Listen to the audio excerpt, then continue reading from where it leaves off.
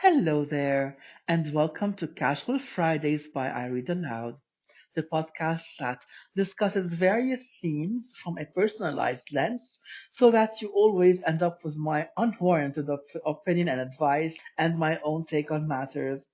I am your host, Dada, and I do urge you to look me up on YouTube. Just search for at I Read Aloud, and you'll enter my world of storytelling with the click of a button. Just a reminder before I begin today's episode that this podcast airs on a bi-weekly basis on Fridays. I have changed the timing. It used to be a weekly podcast, but as you've noticed, I have been skipping a few Fridays because it has been difficult to create an episode weekly and to create content for my regular platform, I Read Aloud. And so I think it would be fair for both arms of my platform to do a bi-weekly podcast. So I'll have, 1 week to do the podcast and the other to cater to my regular content. So my podcast airs every other Friday now on the following platforms: YouTube, Apple Podcasts, Amazon Music, Google Podcast, iHeartRadio, Spotify, and RSS.com. Today's episode is on university degrees and their importance in the working world and in your life. I had initially titled this episode on college degrees because, in the USA at least, the difference between a college and a university is simply the size of the institution and its departments. But people attend both of these after completing a high school degree and graduating from grade 11. But then I realized that in other countries there are different systems of education, and college there could refer to a school or even a high school. And so I had to change the title to On University Degrees to ensure that I am talking about the education system after the age of 17 or 18. So for some, the word university could be interchangeable with the word college, and for others, that is not the case. Now, as some of you already know, I am someone who attended university for two higher degrees. One was for a bachelor degree in English literature when I was in my early 20s, and one was in business law that I studied when I was in my late 30s. So trust me, I know what I am talking about when I tell you that a university degree barely prepares you for the workplace. In fact, I wondered if I were the only one who thought as such, and so I went around all my friends and acquaintances who had studied at university or college and asked them if their courses of study actually aided them in their work, especially their first job. And I made sure to ask people from different fields of study: business, engineering, mathematics, architecture, law, medicine, education, literature, etc. And I tell you, I was not surprised when the responses I received only validated my viewpoint. All agreed on one thing: two or three courses out of the 40 or so courses taken at the BA or BS level were beneficial, especially practical courses. And all agreed that the theoretical courses were just that, theory, interesting to know in general and kind of general knowledge, but not helpful in preparing one for the workforce. Even those studying medicine agreed that the practical shifts they take on at the hospital are the most beneficial. The same goes for master's degrees. Even though the field of study there is narrower, still people generally benefit from two or three courses out of the 10 or so courses taken at that level. So we are basically spending years at studying theories that don't help us at all in life and the workforce. And we're even spending tens of thousands of dollars in the process towards an education that doesn't really prepare you for what's waiting for you in the work field. How did we as a society reach this point where we empower a handful of educational institutions to bamboozle us out of our time and money, and we attend them willingly? I'll tell you what happened. We fell into the trap of a rigged system. Companies grew larger and larger and became more and more selective with their choices of employees. And little by little, they started imposing university degrees as basic criteria for employment. Some jobs today require even a master's degree, while others only a bachelor's degree. So the average human who reaches the age of 18 or 20 and is searching for employment realizes that there is no chance at a high paying job without a university degree, and so at university we enroll. And now that the universities are empowered by these companies, they constantly increase their tuition fees on a yearly basis. And many who study there go into debt in the hope that they will land a high paying job when they graduate to pay back the debt, not knowing that it would take them at least 10 years, if not much more, to save the indebted amount. Not only that, but many universities had to create a prestigious aura around themselves that they have become so selective in who they admit to their campus and their programs that education is not really available to all those who desire it. And that is evident by all the scandals you heard about a few years back, scandals of, well-off parents making a donation to university so that their kids are accepted. So again, I ask you, how did we as a society allow this to happen? Are we so helpless that we just accept the status quo and follow it blindly? No wonder these days, especially with the rise of social media, you have a lot of entrepreneurs. The new generation is refusing to work for the big companies because they feel it is slavery.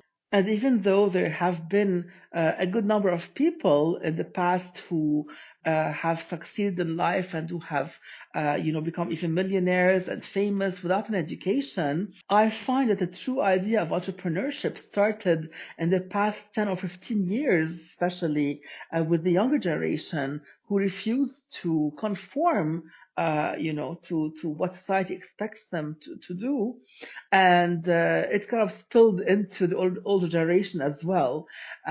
So we really have to thank the new generation for taking a bit of a stance on this matter, but still, change takes time. I hope that what is happening today, especially with the rise of social media, that universities would think on reforming their programs and their courses of study. In the olden days, there used to be a master apprentice system.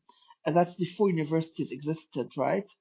And there would be a master, at a craft or in a certain field who would take on apprentices interested in that field, and the master trains them on the job, which means that they are learning on the job in a practical setting. And eventually, over time, the apprentices become masters of the craft themselves and in their own right, and they take on their own apprentices. And I think the idea of university initially was to expand on the idea of apprenticeship and to make apprenticeships, so to speak, available to a larger group of people, maybe.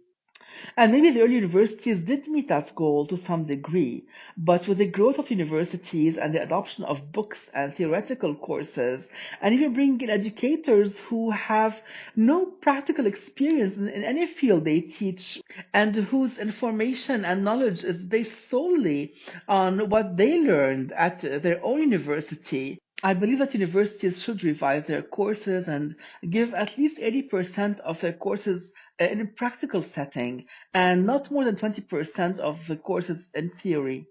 And maybe universities should, also change the type of educators they hire so that the educators are masters of their craft and so they can pass on, their knowledge masterfully and create, apprentices who can actually go into the work field and, actually do a good job from the beginning. And I speak here from personal experience because when I did my bachelor's degree in literature, after that I was a teacher of English. And of course, everything that I taught in the school system had nothing to do with what I had studied. And I know some would tell me, okay, why did you study education? But even those who did study education, the only thing that could benefit them or benefited them a little bit were the practical, sessions they had in schools. Meaning that again, educators are just studying theory and nothing that is practical in the classroom. And that is why you find that some teachers actually fail in the classroom because other than the knowledge, they have and the knowledge that they would impart, teachers have to know how to deal with students. And so the worst thing is when you have a student who is acting out the worst thing you can do is to kick them out of the classroom. And this happens so often, even till today. I have, my nieces are in schools now, in grade 7 and 8 and 9, and it's ridiculous, how the teachers interact with students who are what they call like problematic students. Basically, the way I see it, whatever a problematic student is one of two things. Either a very smart student who is bored out of his or her mind, because of the material being given that is beneath them, or a student who isn't understanding the material, it's above their heads, and so they act out and they, waste time in class because they're bored again because they don't get the material. So the teacher's responsibility is take care of these kids and hone them in and know how to handle the situation and see what they need and cater to it, not take them out of the classroom.